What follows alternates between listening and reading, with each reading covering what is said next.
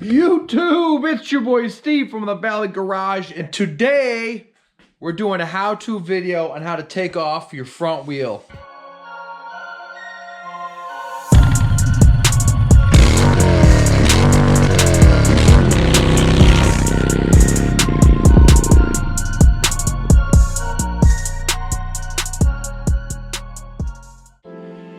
So before we get started, we're gonna need a few things.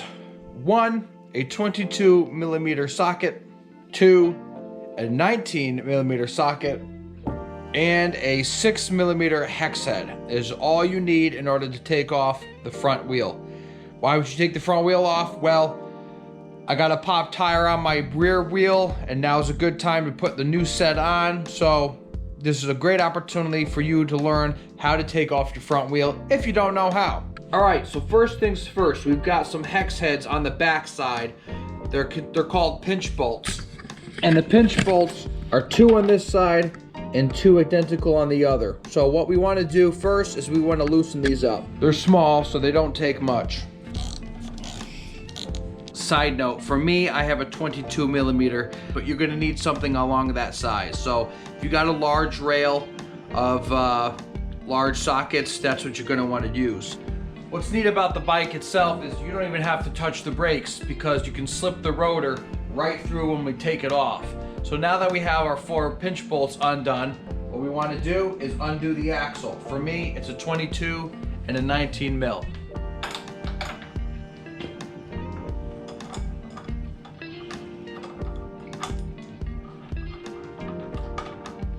Ow. Now, taking the axle out is a bit of a pain in the bean bags, but what you can do is use like a 10mm socket on the axle.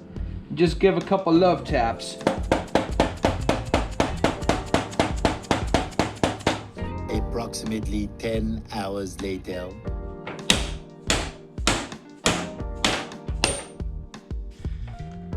All right, once you're through, pull your axle out, drop your tire straight down.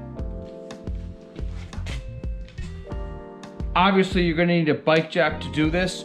One thing's for sure, don't lose your spacers. They can come in and out pretty easily in the bearings. If they do come out, don't worry about it because they are both the same on both sides. Identical parts, so it really doesn't matter which way, but definitely don't lose them. In this instance, I'm gonna take them out. There you go, and that's it, it's out. All you gotta do now is pull your bearings out like I did, and then go down to your local bike shop and have them mount a new tire on for you.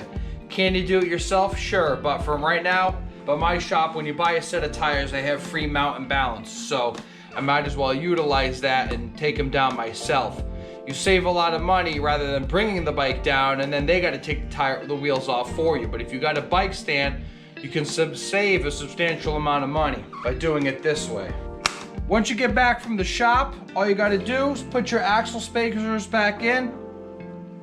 When the bike is lifted up, get underneath it, put the tire in, start sending your axle through. It's got a bit of a seat here, so you know it's all the way through, and when you start tightening on the other side, you'll pull the axle through, and you'll be good to go. The reverse order is putting the tire back on is the same, just in reverse order. Once you're mounted up together, your front axle is gonna wanna have 47 foot-pounds of torque. Once you have 47 foot-pounds of torque on your torque wrench, move on to the pinch bolts. The pinch bolts are 16 foot-pounds of torque, alternating between each wheel. That's today's episode. I hope you enjoyed that. If you didn't know how to do it, now you know. Get yourself a bike lift, jack your bike up, take the front tire off, go down to your shop, have them mount and balance it back for you, and you're good to go, all right? Y'all have a good one. Peace!